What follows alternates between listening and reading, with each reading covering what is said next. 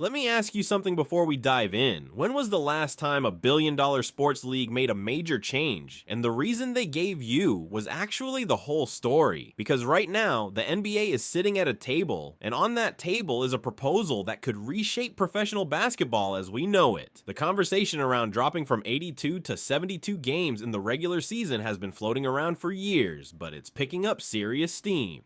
And if you think this is just about tired legs and sore knees, I need you to slow down because there is a much bigger game being played here, and most fans have no idea it's even happening. Today we're going to break this down layer by layer. We're going to look at what the league is saying publicly, what the numbers actually reveal, and what the real strategy behind all of this might be, because once you see it, you cannot unsee it. So let's start with the official story, the one the NBA wants front and center whenever this topic comes up. Player health, and honestly, it's not a bad argument. It's actually a pretty compelling one when you look at the raw data. 82 games packed into 173 days. That's the reality of an NBA regular season. When you do the math, that leaves only 91 days across the entire season without a game. Think about what that actually means for a human body, even one that has been trained at the highest level since childhood. We're talking about weeks that include 4 games. We're talking about back-to-backs, games on consecutive nights, sometimes in completely different cities, with red-eye flights, late hotel check-ins, and shoot-arounds the next morning. This isn't a schedule built for peak performance. This is a schedule built for volume.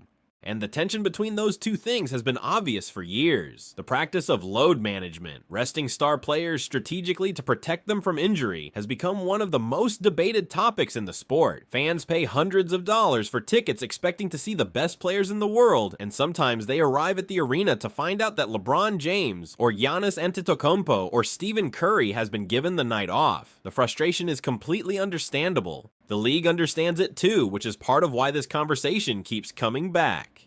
Steve Kerr, the head coach of the Golden State Warriors and one of the most respected voices in basketball, has publicly come out in favor of reducing the season to 72 games. When someone with Kerr's track record and credibility speaks on something like this, people listen. It validates the narrative. It makes the whole thing feel reasonable, responsible, even necessary, and maybe it is. But reasonable narratives and complete narratives are not always the same thing, because when you start pulling at the financial threads of this proposal, things get a lot more complicated. Cutting 10 games from the schedule is not a simple subtraction. It does not just mean slightly shorter seasons and happier players. The economic ripple effects are significant, and the NBA is not an organization that makes decisions without running every number through every possible scenario first. Here is what we're actually looking at. Going from 82 to 72 games represents roughly a 12% drop in game day revenue across the league. That number sounds manageable until you start breaking down what it actually means in practice. Each franchise would lose approximately 5 home games per season, 5 fewer nights of ticket sales, 5 fewer nights of food, beverages, merchandise, parking, everything that gets spent inside and around an arena on game night. For some franchises, especially those in smaller markets where those game day dollars represent a critical piece of the financial puzzle, that is not a small number. Then you have local broadcast deals, regional sponsorships, the entire ecosystem of businesses and workers that orbit around game nights in their cities. All of that takes a hit, and at the league level, national television and streaming contracts are negotiated based on content volume. Fewer games means renegotiating those deals, or at minimum, having a very difficult conversation with partners about delivering less content for the same price. So the question becomes impossible to ignore. How does one of the most financially sophisticated sports organizations on the planet willingly walk into a 12% revenue reduction without having something else up its sleeve? The answer, or at least the most likely answer, is buried in one specific detail of the proposal that most people gloss right over.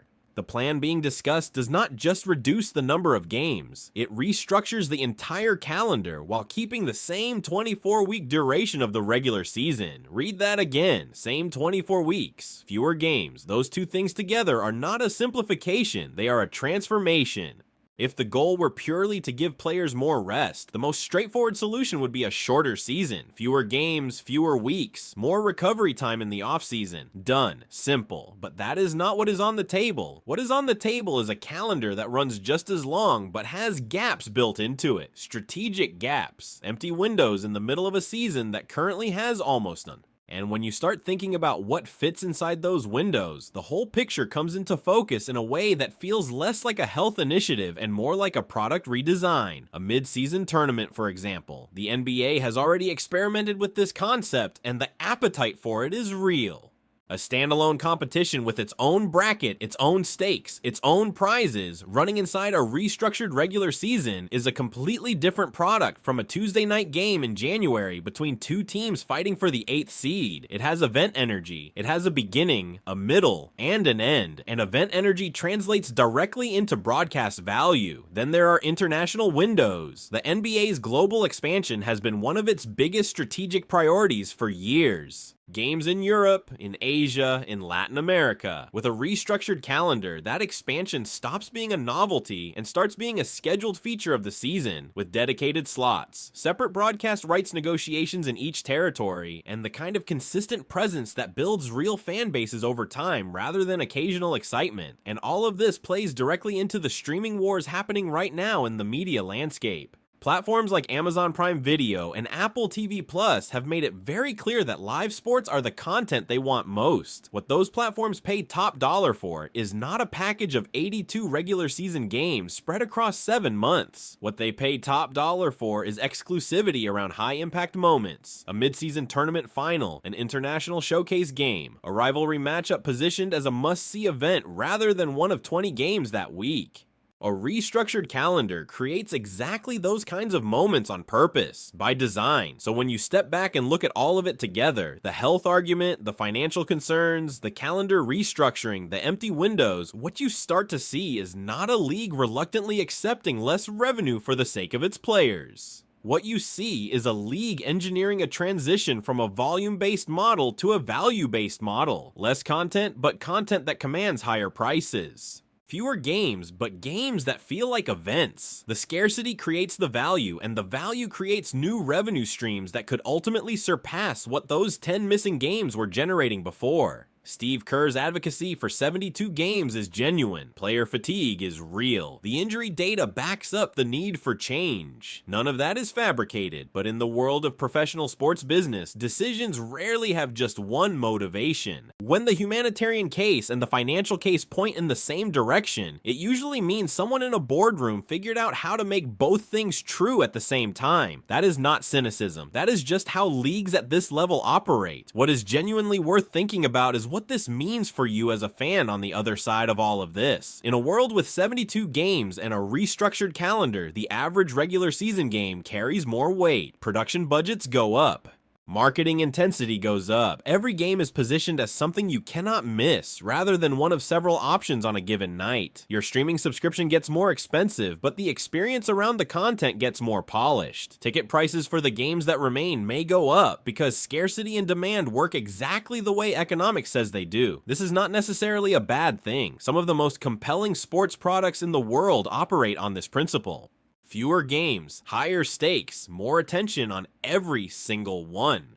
But it is a fundamentally different NBA than the one that exists today, and that shift is coming whether or not fans are aware of the strategy driving it.